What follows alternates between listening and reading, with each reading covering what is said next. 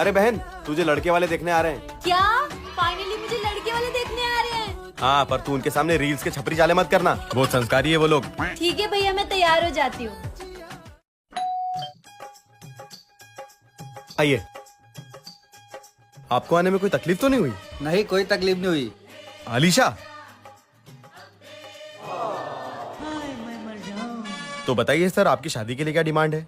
देखिए, हमारी कोई खास डिमांड तो नहीं है। आप बस इतना बता दीजिए कि आपकी बहन आजकल की लड़कियों की तरह रील्स पे छपरी चाले तो नहीं करती है। अरे सर, ये तो फोन भी नहीं चलाती है, इसको तो सिर्फ पढ़ने का शौक है।